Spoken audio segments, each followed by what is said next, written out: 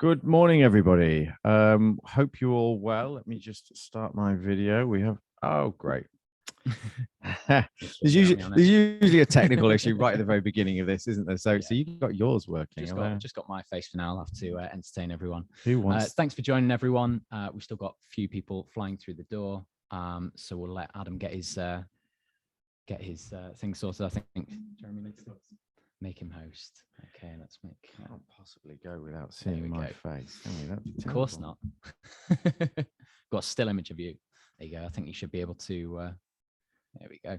That's weird, isn't it? Yeah. We're just flicking between host. Yeah, we just to get us both on, but who knows? That's really weird. Anyway, we're here. That's the main thing. Indeed. So, got there we've got quite a large number of people signed up for this webinar today, which is lovely to see. So we'll give it a second because they are flooding in. I can see thick and fast right now. So everybody take your seats. Yeah. Plug yourselves in. Do whatever you want to do. Rory, have you got any jokes? Oh, God. You love to do this, don't you? Put people on the spot. It's a difficult one, isn't it? It is. The thing is that a no? Can we just, is that a no? I'm going to say no, because otherwise we're going to have about a minute of awkward silence of me trying to think of a joke and then going, nah. And then you tell us a joke that was not worth telling. And yeah, then, exactly. You know, yeah. Okay, fair enough. Yeah. All right. Okay. It's one of those things, isn't it? When someone says, "Can you think of a joke?" You just can't think of one. It's like gone. All jokes go. It's gone. It's gone. Certainly not the one that's clean enough for a webinar. Exactly. Sure. Definitely not. Got a good webinar today, though. Yep. I'm excited about this content. A lot of good content in there. Because it's one of those things that we're all a little bit, people talk about pandemic and, that's last year's news now. Yeah. That really is. That feels like, when was the last time you had a booster? What the hell's a booster? I know. You know what I mean? It's weird. We've kind of got into this life now, haven't we? Where we think we're free of it. And, it just seems so long ago, all the COVID stuff. It does. But we're still battling with some of the ramifications. Yeah. But anyway, we'll talk about that. Yeah. Should we get cracking? Yeah, I think so.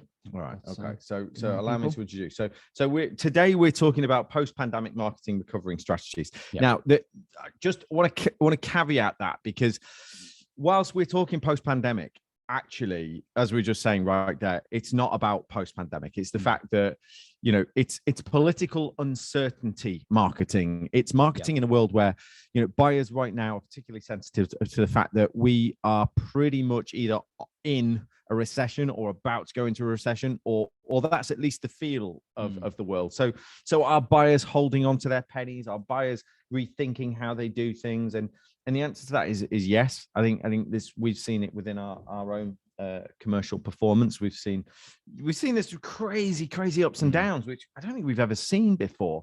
No. Which is it evens out at a fairly normalized position, but it's really weird out there. I think that's the point.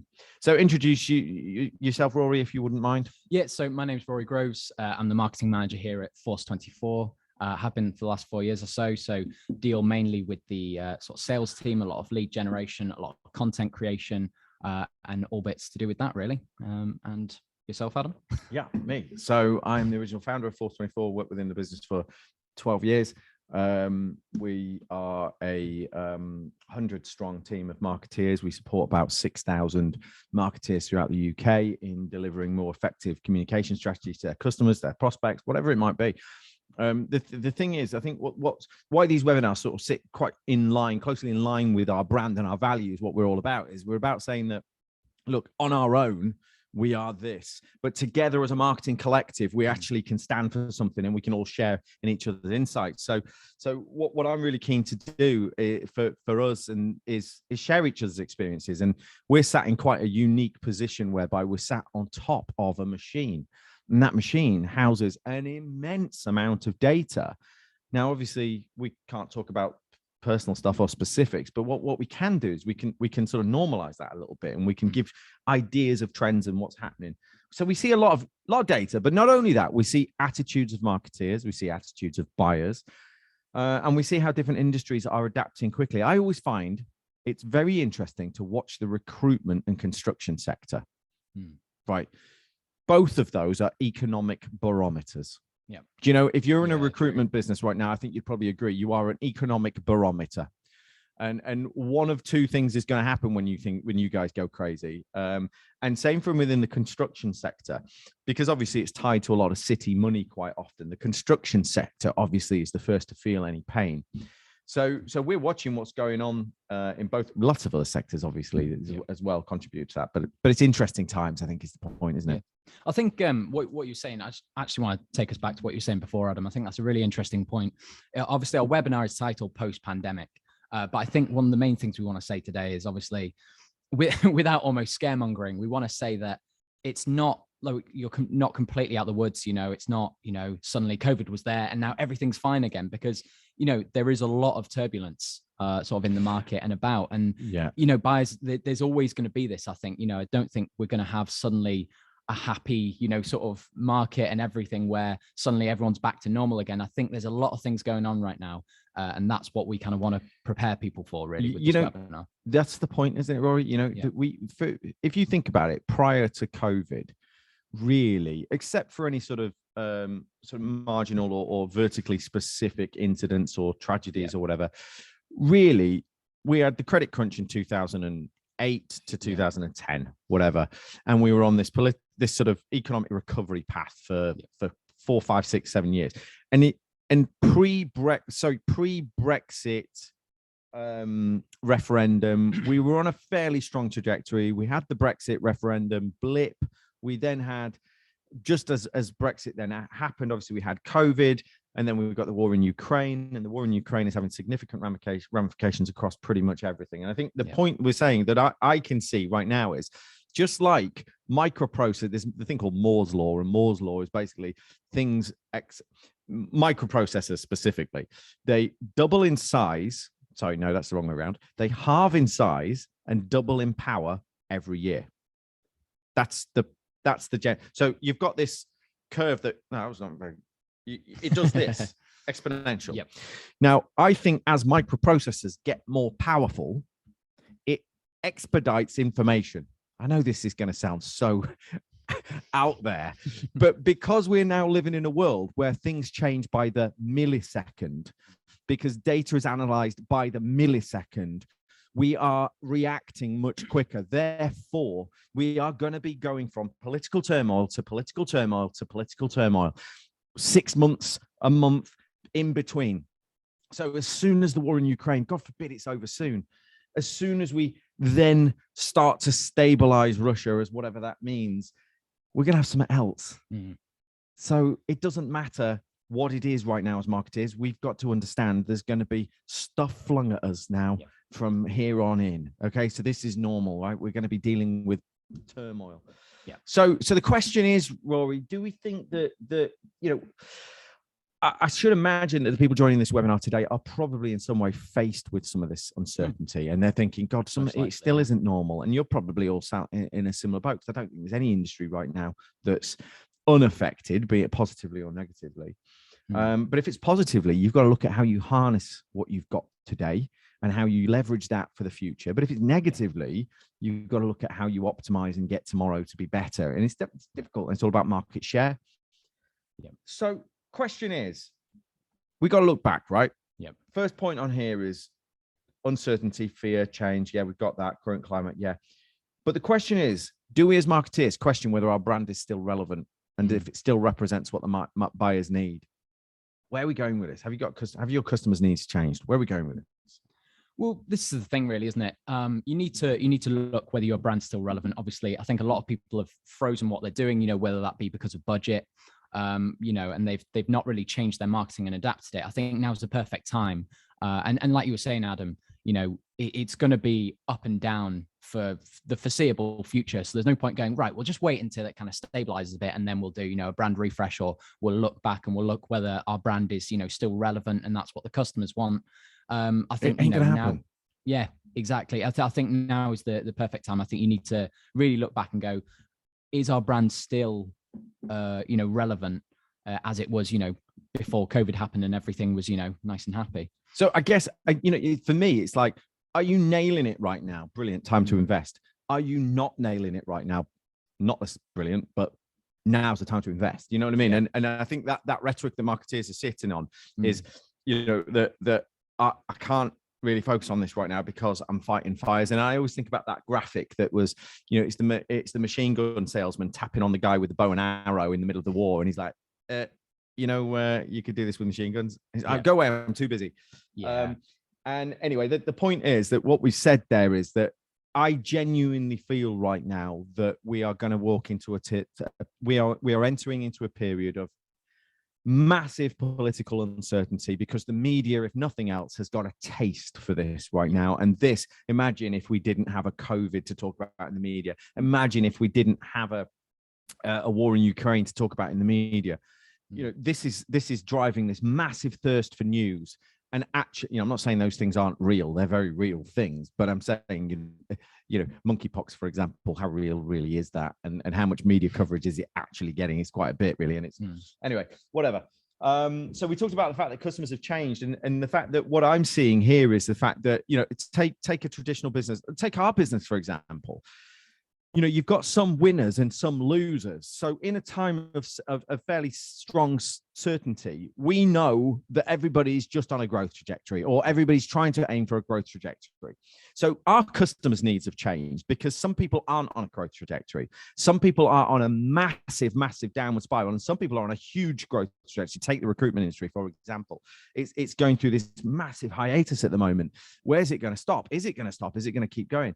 And so we've got to recognize, and I want you to take a moment to reflect back and say, who's the winners and who's the losers? We subscribe to a PwC study that tells us what the city is seeing, the sectors are winning and losing are. And our stance is that we don't pull out of those that are struggling. It's not about that. It's about saying that's where we can do good work. That's where we can really help people. Market share still there. Travel in the pandemic was a really difficult market to talk to. Doesn't mean we can't talk to them. Doesn't mean they're not going to be here in 5 years' time. Of course they are. It means that we just got to think differently about how we talk to them. And I want you to say, I'm comfortably understanding of where my customers are going to be at in this political turmoil, if there is political turmoil in their business. Yeah, that's what we're saying, right?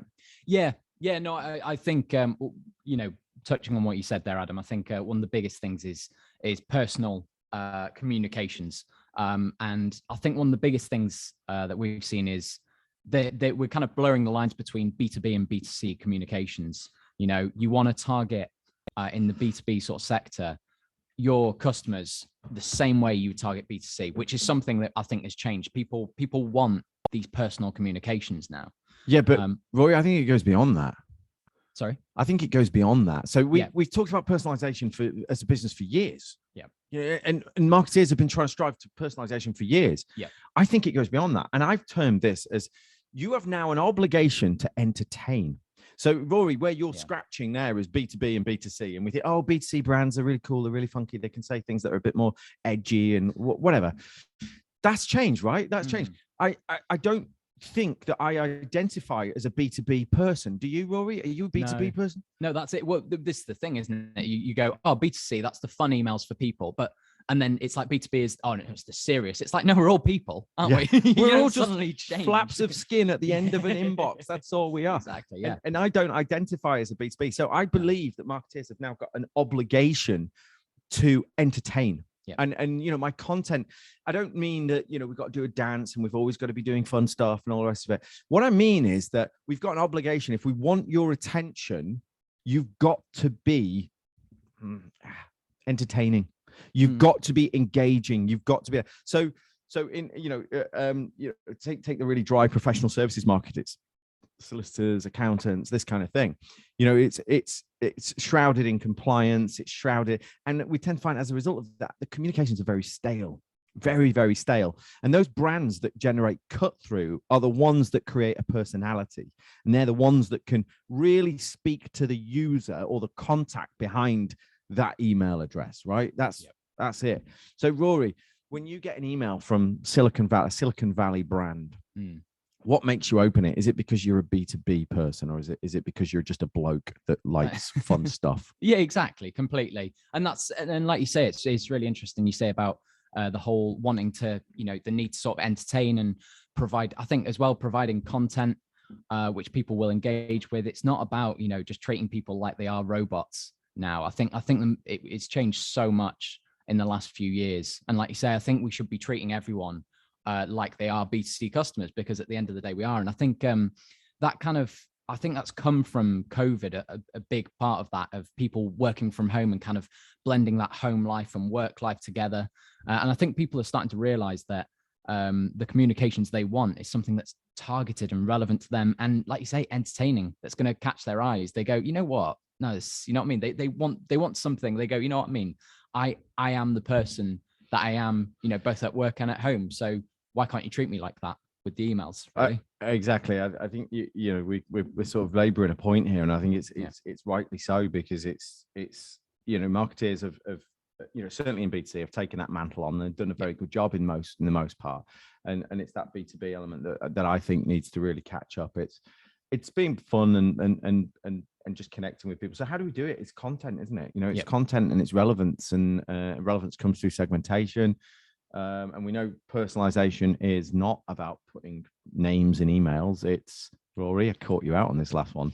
Right message, right person, right time. Bingo. I'm prepared now. Thank you very much. I was expecting some weird slogan last time, and I was no. You know, personalization is sending the right message to the right person at the right time. You know, that's the key. The right message aspect of it is what we're talking about right now. You know, we know automation is a critical factor in the right time and the right person, because you can't segment that quickly without having an automated platform that's doing it for you. And we know that you can't send it in a timely, you know, the right time, because you know, right time is different for everybody in your recipient list. So it's really difficult. The other part of that is, you know, just going into this, it's a point about spamming and cadence, and it's on here, and I think it's very relevant. And it's so what we're saying, or what we're alluding to here, Rory, is the fact that people are now, they're different. We are seeing ourselves differently to what we were pre-pandemic. We are living our lives differently to what we were pre-pandemic. We are now potentially identifying more as consumers, as perhaps we were recognizing pre-pandemic, and marketeers are latching on to that. So we talk about this spamming versus cadence, because one of the things around personalization is the frequency of communications. So right person, right message, right time is not always just one message. It's the overall sentiment that we're trying to achieve to that person. Not just, I sent that one email, bang, at the right time, bang, nailed it. No, this is the right time period for you, or the right window, so to speak. I believe, and I'm keen to get your thoughts on this one, Rory. I believe that marketeers need to realign their understanding of what a correct cadence is. And we talk about this on our webinars all the time. And there's a video on LinkedIn last week of me talking about the 12 hours. You can't remember an email over 12 hours ago. You cannot, guys, everybody on this webinar, try and think back. I'm going to give you 5 seconds to think back to an email you received yesterday. This is only yesterday. Can you remember an email you received yesterday? I'm talking a commercial email here as well. I'm not talking about an email from your mate, from your colleague, from whatever. It's like, maybe. And it's usually like 1 or 2 people can remember an email. So understand that. But then I say, the next thing that I say is, Rory, I'll test it out on you. Can you remember an email you received yesterday? I can't. No. Well, no, but what do we do? Okay. Can you remember an email that you built as a marketeer and sent last month? Yes, I bloody hope you can.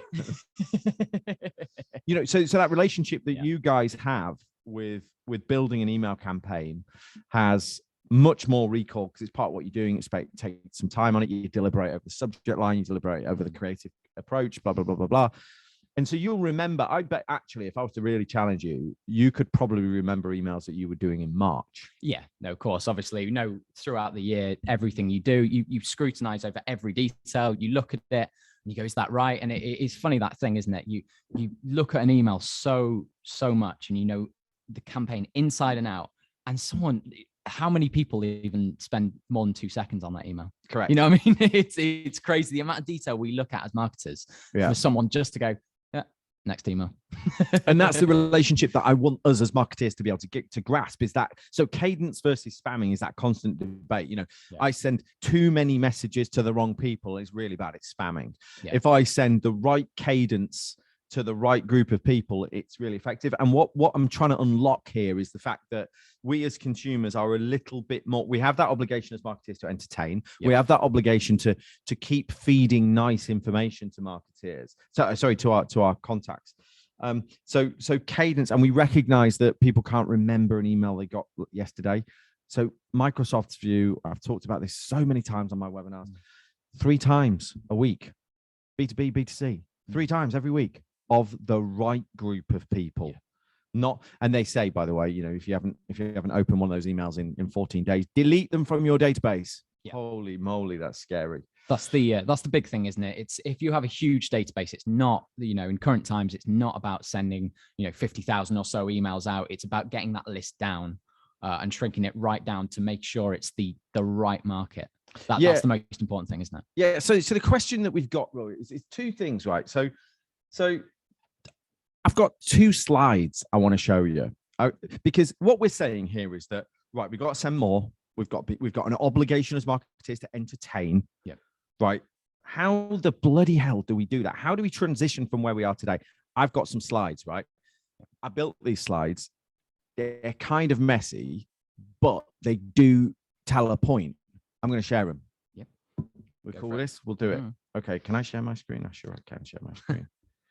Right, I will do that one. So these are my handiwork. So they're not going to be pretty. But they get the point across well. Well, let's hope so. Let's we'll soon find out. Yeah.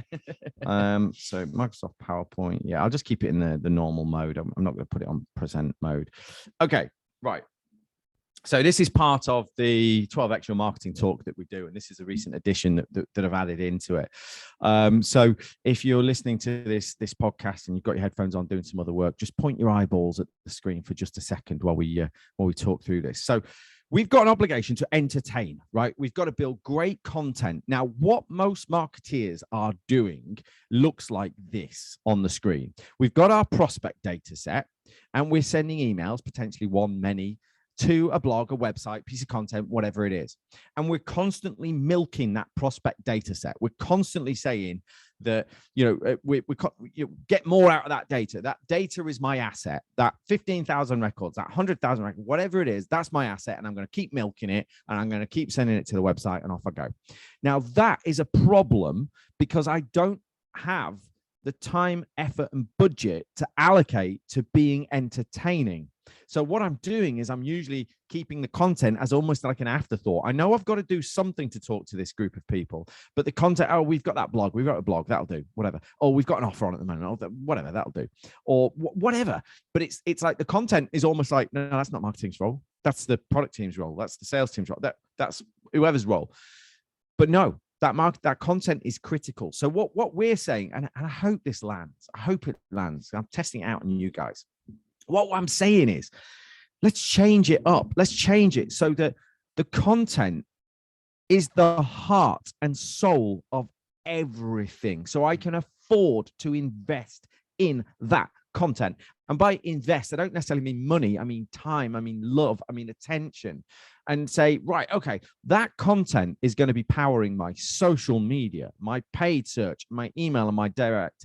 My social media, I'm going to get my employees to share it on social media. I'm going to get my brand to share it, my advocates and partners to share it on social media. I've got my paid advertising centered around this piece of content right now. I've got my emails and direct marketing centered around this piece of content. And that is then in turn powering that prospect data set.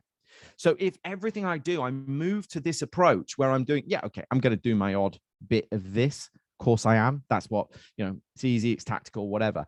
But ultimately, when I do this, every email that I send, I get an unsubscribe and a bounce rate. It is just how life works.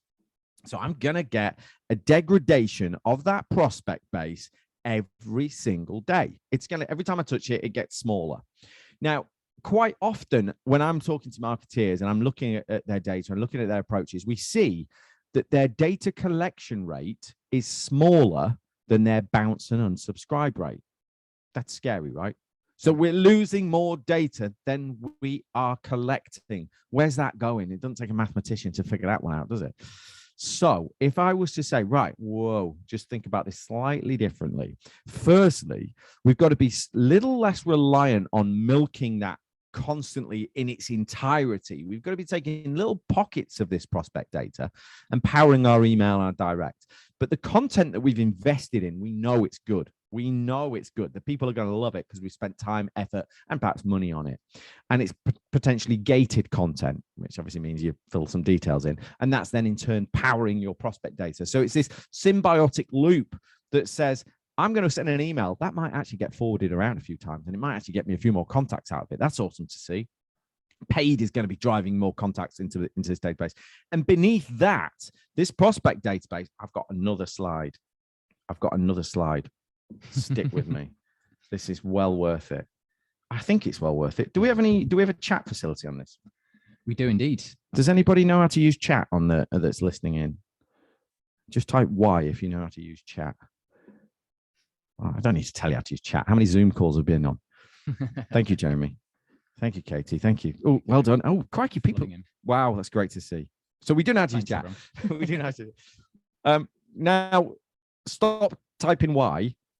Did that make sense? I mean, I'm trialing it out with you guys. So if it did make sense, just type yes rather than Y, if that's all right. If you thought it made sense. If it was a load of baloney, type no.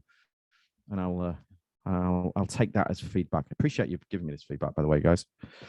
Awesome. Good, it made sense. Okay, one more slide. I have to find it first. Apologize. This is why being organized is so much more effective. I think just going back on your slides there, I think important. That's all right. An important bit to raise there is you said the difference between, obviously we talk all about the content, but the difference between gated content and normal content. It's really important that you get that right, because you need to know the value exchange of what your content holds. So you can't be giving, you can't be gating content, which is something that should be given away to people for free. People might come on and, want to learn a bit more about your company or something. And if you're gating that, you're actually losing people out. Classic failure. If you've got like a really, really good guide, whether it's a marketing guide, whether it's something else, something, I think that's a fair deal to ask for someone's, details, whether it's just name and email or something like that. It's really important to be able to have that value exchange sort of there, but obviously you need to make sure you get that right. Yeah, we talked about this on guides, and I think there's a guide that we've written. I remember writing about this with Tim and spending a bit of time on the value exchange, the effective 5 tips to data capture, something like that. Jeremy, can you get the name of it? I'm sure it's on our website. It's five tips to improve data capture, or something like that. Yeah. We talk there about value exchange for gates, and it's if I'm asking you if I'm going to give you I can't remember. It was really good. No, you had a table. It was a whole table. It was like a matrix. And the exact of the value of what your content is versus what you should be doing with it, and how much it should be gated. Whether it should just be an email, whether it should be name, email, even address. If it's something that's really, really sort of high value, and it's about assessing that with whoever's the customer that's potentially getting that, and what you should be gating and what you shouldn't be gating. Yeah. Have you got the link? Have you put it in the chat, Jeremy? Awesome. It's in the chat, apparently. So there's a link on there if anybody wants to download that guide. What is it? What's it called? What is data capture and how can you increase it? Good enough. I was close enough.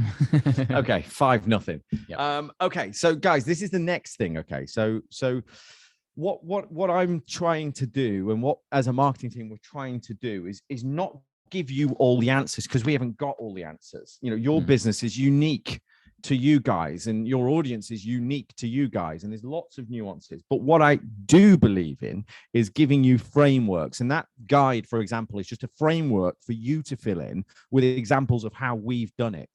And if you've got a framework, I want marketers to be able to take their brain out, rest it on the table, and just fan it and feed it pina coladas, because we're just basically following a path, and that just makes our life easier. I don't mean we need to dumb down marketing. Marketing needs to, it'd be nice to think that there's a little sunbed for your brain and it's just relaxing and whatnot while hard work's all being done. But that's not going to happen. So here's what I do want to do. So I've talked, the context of this particular slide is the fact that we've talked about segmentation. I don't need to go into that here, but I want to talk about this piece. So what we've just spoken about there a moment ago was how I use content to power everything, and how I can justify the investment in my content based on utilizing it for a longer period of time in more places, basically, and it will power my prospect data, and my data will power this big symbiotic circle. However, there is a point in time where I have to break out of that cycle, and I need to start commercializing my conversations. And this is where I think that again, marketeers now need to really grasp this. And this is basically, you know, down at the bottom of the pyramid, you've got your awareness comms, and those awareness comms are your content pieces. They are, when I say content, you know, I'm talking very much B2B. Yes, so it's open this out, B2C. Awareness is, oh, we've got a new range. We've got a new range of kitchens. This new furniture range now comes in. This, oh, we've got an offer on. Oh, we've got our Easter egg event. Easter, where am I? Our summer event coming up for our play park. Whatever it is, it doesn't matter. There are awareness communications, right? And those awareness communications are give me, give me, give me. Just give away. So that's our entertaining obligation. We then move into these commercial phases, which as users, contacts, whatever they are, prospects, engagement goes up. So I've engaged with your piece that told me all about your new event at your new, whatever it is, or whatever it is that you were telling me, whatever that piece of content was. Now what? Now here's where we've got to switch gears in our messaging. And this is the bit that marketeers have failed to transition during the pandemic. Come to my webinar, come to my whatever. Commercial is, right, okay, now I re-engage you with commercial actions like, hey, you ever wondered how much money you could save by switching to Force24? You know, talking about, hey, would you like to see what Force24 looks like? Hey, wouldn't it be great if you have a 5-minute consultation with an expert to see where you could really leverage the power of your data, blah, blah, blah, blah. And that's where we're talking about commercial. Now, if I take that message and send it out into my awareness comms group, guess what? It's going to land flat. You might get lucky. And that's the problem. Marketers in the past have been getting lucky. They've sent enough mud out. Some of it stuck. And they've said, oh, that worked. Yeah. It didn't. You got lucky. Can you get lucky? And is luck a strategy? No, it isn't. So let's break that strategy down and say, look, what I've got to do is I've got to identify those guys. And we do that through soft engagement. And then I move them into here and I then communicate to them. So right person, right message, right time. It's that right message is sequence. It's not just one message. It's a sequence in the right time, which is a period of time when you're looking at something, and easy peasy. I've waffled on for a long time, Rory. No, I think that's. Let's dumb it down a bit. Do you want to go with something? No. I was just going to say, I think it is really important that we're not just jumping the gun and going straight for that message of, commercial. I think something else that's really important with this, which you didn't mention before, was deliverability as well. If you can get specific with this, and obviously we're targeting the right person with the right message at the right time. We're doing an awareness and then we're going to the commercial bit and we're actually feeding them down this. It's relevant communications. And with how strict deliverability is nowadays, that's really going to land, and it's really going to help your deliverability and avoiding the spam filter. You're right. That get lucky thing is dying because, completely. If I've got to kiss 1,000 frogs to get one opportunity, mail servers are saying that ain't good enough.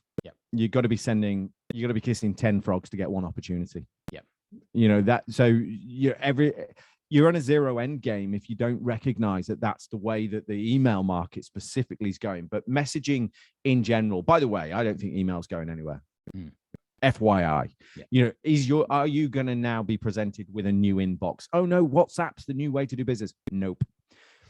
So WhatsApp is absolutely, and Messenger are absolutely important channels in your business's communication tool chest. And I'm not saying that they're not, because the beautiful thing about WhatsApp, the beautiful thing about Messenger is you can trigger, it's all about interaction.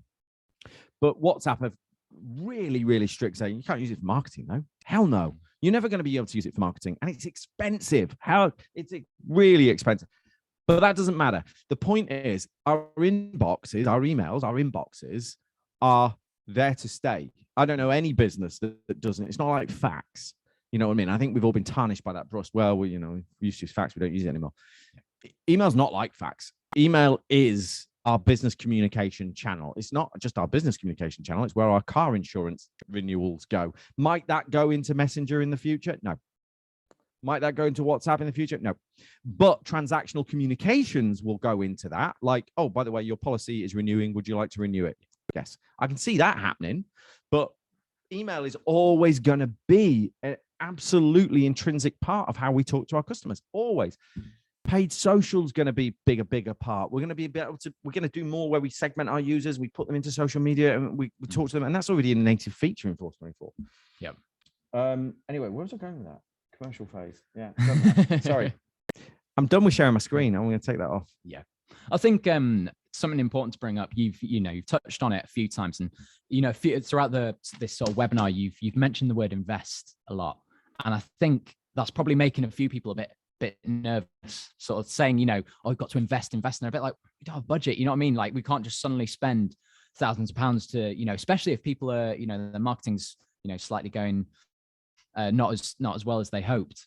They're suddenly thinking, wait, how much do I have to invest? But that's one of the things we kind of wanted to touch on today was you need to be smarter with your budget, as opposed to when we say invest, it's investing, a lot of things, stuff. But yeah, it's in the right stuff. And the biggest one we want to say is investing in technology. Yeah. Do you know what? Right. I agree. And this is going to sound really, as a tech CEO, this is going to sound really, it's going to sound weird. Yeah. I don't ever buy technology to plaster a problem. Right. There has to be a solution that I champion first, that I then embody through technology. Yeah. Technology is very rarely fixed it, all done. We don't have a problem there. No. So many times I've seen our business and other businesses buy technology and without any idea about how to use it or what the right thing to do is, then ram it into the business and then figure out why it's not worked. We have to, as marketeers, get that. And buy Force24, right? So that's not saying, but I'm saying, the point with us is we're on the curve. We're not ahead of the curve. We're not behind the curve. We're on the curve, which says, well, you're already doing this stuff. We just make you do it more effectively. Yeah. But investing in stuff and just a definition of insanity, Rory. Do you know what it is? Of course, you know what it is. It's doing the same thing, expecting a different result. Okay. Crazy that's the definition, and not somebody that's banging their head against the wall or something like that. But it's probably the same thing, isn't it? Yeah. So we recognize that if we want to get a material difference, we have to make material changes, and it's not just about budget. I've got to be really, really clear on that, because it's about me recognizing that things have changed, and it's about me changing things and adapting and coming on webinars like this, listening to us rant on about things and taking one thing home with you. And that's what it is. So that investment is this right now. Yeah. It's CPD, isn't it? It's listening to what other people are doing. It's learning. That's an investment. It's your time. Yeah. But actually, one of the biggest investments that I can recommend that marketeers make is in themselves. And that investment in yourself, to make sure that you are putting your effort into what matters. And where we're doing things that don't matter, like, for example, I always talk about you should be able to build an email in 5 minutes. If you're not, why are you not going home bang on 5:30? Why are you not taking a lunch break? Why are you coming? Why are you stressing out of hours? Well, it's because you're focusing on things that aren't important. People don't remember it after 12 hours. I'm not promoting slapdash. I'm really not. I'm saying build a formula, a winning formula, stick to it. Yeah. Don't change it. Make it work for you. So investing in you to then liberate your time to then be able to do the big ticket stuff. Obviously, part of what we sell is about saying, well, you're currently moving that box from there to there, and then you're moving it from there to there, and then you're doing that. The whole thing can be just automated, so you don't have to touch it. Awesome. Brilliant. You've just released, however many times, hours, days, months. But we give you free training and support for life in order to show you how to do that. On the job training is so powerful, and it's what we're all about, and it's our commitment to all our customers, whatever. I think the big thing there is a lot of people might be thinking, you have to spend a lot of money, whether it's generating leads or getting engagement or whatever you want. But I think the thing we're trying to say is there's a lot of marketing technology out there that will help you do that for, you know, absolute fraction of the price. Oh, And I you just see. need to bring it in-house. For example, we use like, we use So Amply, don't we? Well, I didn't say that. See, Come on. you know, I just said about don't buy tech to fix a problem. Oh no, that's another one actually. You can buy that and it does fix a problem. Yeah. Carry on. But no. I think it's and I know what you mean. It's a mixture of both, isn't it? It's looking sort of at yourself and investing time to, you know, look at whether it's your campaigns or look at what you're actually doing. But then I think as well, you know, there is a lot of technology people that are looking to invest in something to help them, may be looking at, you know, whether they go straight for PPC ads or whatever and just raise the budget or something like that. There's a lot of different ways about that can both save you time and save you a lot of money. Obviously Force24 is one of them. But. Yeah. I'm gonna, Isla, you've raised an important point. And this is, and just to finish off that, what I was saying a moment ago is, you know, one of the things that we as a business do or have or did was we have a product called So Amply. It's a company we bought about 3, 4, 5 years ago. I'm not sure now. And it was this tech player that was based somewhere in London. I actually can't remember.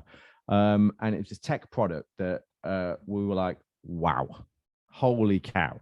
That is such a cool concept. Just the market wasn't ready for it yet. And what it essentially does is it you know, like, so we have, let's say we've got 100 employees, and not every business out there has got 100. Some have got a lot more, whatever. But those 100 employees have probably 2,000 to 5,000 LinkedIn connections, probably 300 Facebook connections, of which some of them are relevant, some of them aren't relevant. And as a brand, we've got how many LinkedIn followers have we got? A couple of thousand? Yeah, I don't even know. I hope you know. Yeah. Twitter, same. I don't know. Yeah. I'm not entirely sure.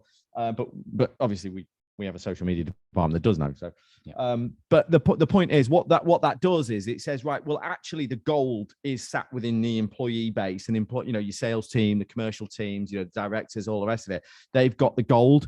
We have 2.3 thousand on LinkedIn. Thank you very much for that. Okay, exact number. There we go. But the point is, that's less than my personal LinkedIn. I don't know how many I've got on LinkedIn. Go on, Isla, tell me how many I've got on LinkedIn. But it's less than my personal. So the point that I'm making is So Amply basically says, right, it's a bit like Hootsuite in the fact that you load up the social media content as you would through Hootsuite, and then you click share and you share it across Facebook, LinkedIn, whatever you're doing, and it goes to your brand channels. But then it goes into a little queue for every employee set in different folders and different employee bandings and whatever. But we say, right, I've got 100 people that can share my content out there, and my potential reach is into the millions by leveraging theirs. And what we did was, right, when we bought this company, there was a time that we had to take it down for some maintenance, and we basically bought it and we sort of shelved it and closed it a little bit, and then brought it back to the market, whatever, once it fixed some issues that it had. And so at the time, we were getting about 700 or 800 unique visitors a month from social media. We turned it off and we said, what we're going to do is we're going to rely on that brand traffic, and we're going to send an email out or a Slack message out to everybody and ask them to share this social media. The following month's stats were 14. So we got from 700-800 to 14 unique visitors from social media by not using that. And that is literally like, it's a free thing. It's about €5 a user a month, but the point is, it's not a lot of money, and that is a massive leverage. And I wax lyrical about that experience, and I wax, you know, the fact that we watch our social media traffic on, and it's really, really powerful, and it costs us nothing because it's free. And I don't, you know, you've got some great, you know, recruitment businesses could really, really use that. So Amply, SOAMPLI.com. Yeah, anyway, get a demo if you want. Whatever. But Isla, you've made a point here which says it always seems easier to focus on what matters to the directors and those that need immediate results, as opposed to background things that do actually matter but are more invisible to those that aren't in marketing. You know what? You've just summed up you to drop product link. Yeah, that's a good idea, Jez. Drop the product link into the chat if you wouldn't mind, sir. But your point there, Isla, summarizes what every marketeer ever balances in their day every day, right? That is your challenge, right? You've got me, Rory, that's saying more leads, more deals, more blah blah blah blah blah, versus you saying, yeah, but I've got infrastructure to build. I've got challenges that I need to overcome, and you know what? I'd love to say the answer is X, but it isn't. What? No, there is a bit of an answer. There is a bit of an answer, and that answer is about education, and it's all about educating the board or whoever it is that to the greater good. And it's so difficult because we as directors and boards have been told a million times by marketing how we're going to get less leads for a little bit while we invest in this, and then it's going to be much bigger. And it's always a slow burn, and boards don't like slow burns, do they? But what they do like is investing. And that's an interesting thing that I have learned is businesses grow. We've said definition of insanity is doing the same thing, right? So I love when people invest time, money, whatever, as a board director. I love it when people come to me with, I've got an idea for an investment. Because what does investment mean? It means I'm going to pay some money to get more back. People come to me and say, I've got a hope and a prayer. I'm not interested. Or I'm gonna work evenings for the next 2 weeks and it's going to do this. Doesn't sound very scalable. Thank you, but it kind of isn't very scalable. I love it when people say, I'm going to invest. And that, thank you very much, Isla. Instant gratification isn't how I invest. I don't pay money and get instant money. I know that an investment is going to take time. And it's Isla, for me, it's about you being able to influence. Marketeers have to be able to influence boards of directors, or their manager needs to be able to influence boards of directors. And this is how I'm investing. I'm not going to let what we've got slip. That's why I'm going to invest. Because if I was not going to invest, I'd just let what we've got all fall down around me and I'd focus on that new thing. That's not going to work. I don't like that. Investment shows that you're going to do something that's different, and that's off we go.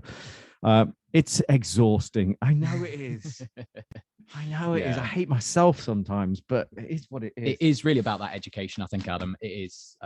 You can't just go in and go, can we invest this? And it'd be like, wait, what? No. And it's straight away, it's a bit like, what, spend money? No. But if you, like you say, you explain the technology, what it's going to do, what we can expect from it.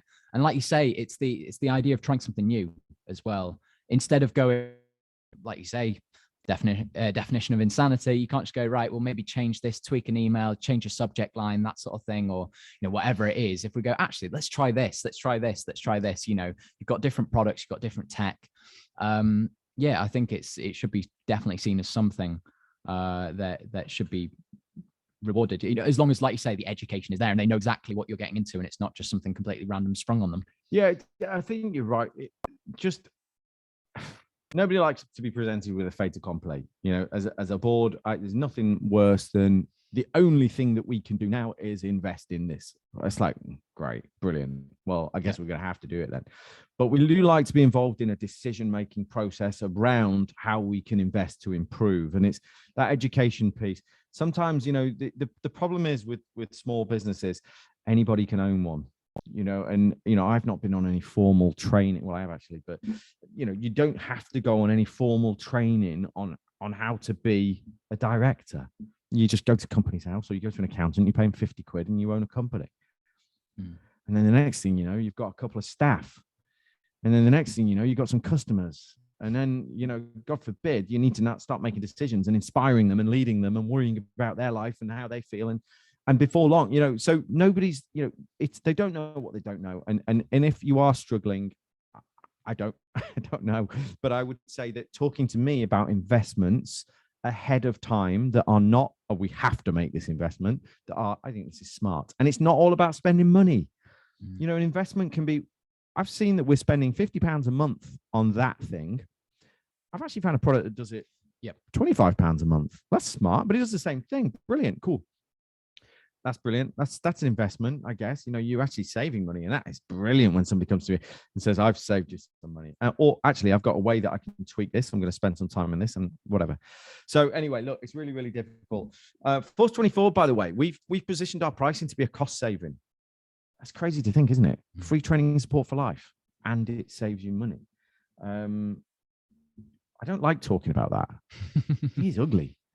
Yeah. I think it's kind of quite blatant when we say that, we've positioned our pricing strategy to be actually a cost saving against competitors, even if it doesn't look it at first glance, it is.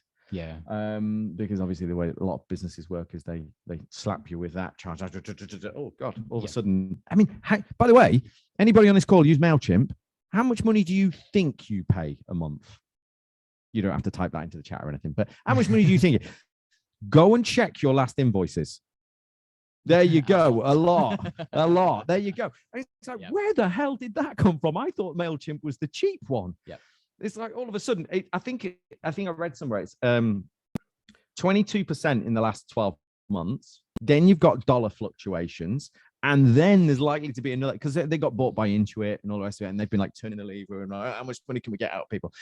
And now when I say to people, we meet people in real life, not on webinars and stuff. I mean, it's like, how much you pay? I don't know, about 30 quid. And then when they do look, and it's like, oh God, we pay like £200 a month for bloody MailChimp. Sneaky. That's all I can say. Yeah. Really sneaky. It's like it's the Ryanair approach, isn't it? £10 a ticket. It's only £10. Then you go, wait, you have to pay to the seat. You have to pay for your luggage. You have to pay for that. Hang on, it's 200 quid. Yeah, I know. I hate that. Anyway, listen, we're waffling. I think we've sort of covered some ground here. The journeys are very hard to build in MailChimp. But do you know what's the most surprising thing about that? Oh, hold on. I'm not really.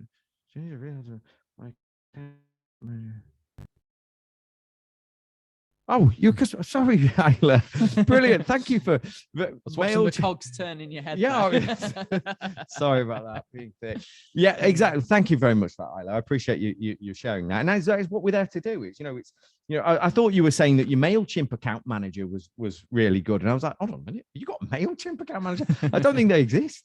Yeah. Oh, I don't know where they exist. They probably do. But anyway, thank you very much, Isla. That's lovely for you to share. Yep. I shall pass it on to your account manager, and they'll no doubt thank you. So, okay, I think really what we're even talking about here, post-pandemic marketing recovery strategy.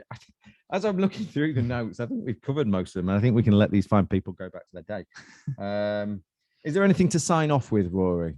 No, I think just kind of to sum up, like you say, that we talked a lot about investment, whether that is in new technology, whether it's researching what you've got already and seeing if there's a cheaper or a better package out there. That's a worthy investment. Tech that can make your life easier. Obviously, we're always going to plug Force24 because we do say with the marketing automation platform, you can save you time and money. Obviously, we're always going to say that. And we're the best.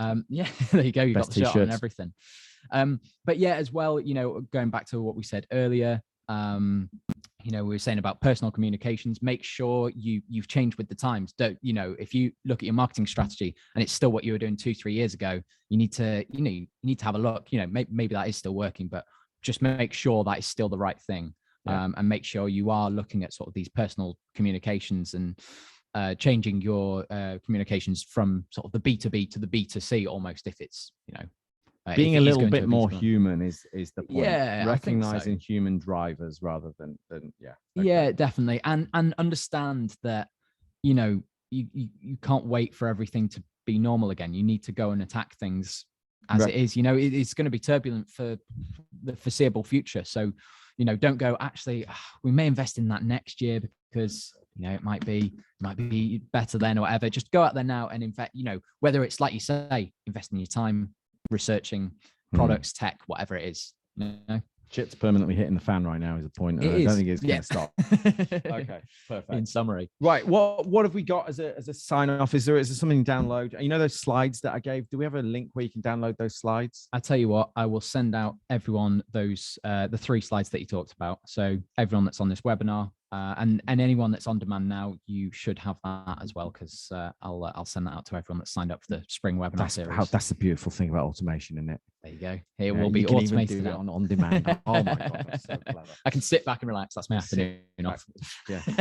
Right. Listen, guys. Thank you very much. Yep. By the way, we've got hundreds of thousands of these free T-shirts. So if you're passing leads or you see us at one of the shows or whatever it is, grab the T-shirts. And if you're super desperate and you're a customer, just ask your account manager and they'll post you one out. If you want to be a customer, and you want to book a demo with us, we'll give you a free t-shirt as well. Why not? Can we do that, Jeremy? Of course we can. We can do that. So if you want a free Of course we t-shirt, they're awesome. Actually, Yeah. they're really nice, and they've got a on Go the on. back. I was going to say, stand up and turn around. Can you see it? Yeah, you can see it. Yeah. Brilliant. How cool's that? Oh, they're Free great t-shirts. Right, listen, guys, thank you very much for your time, and we'll follow up with you all on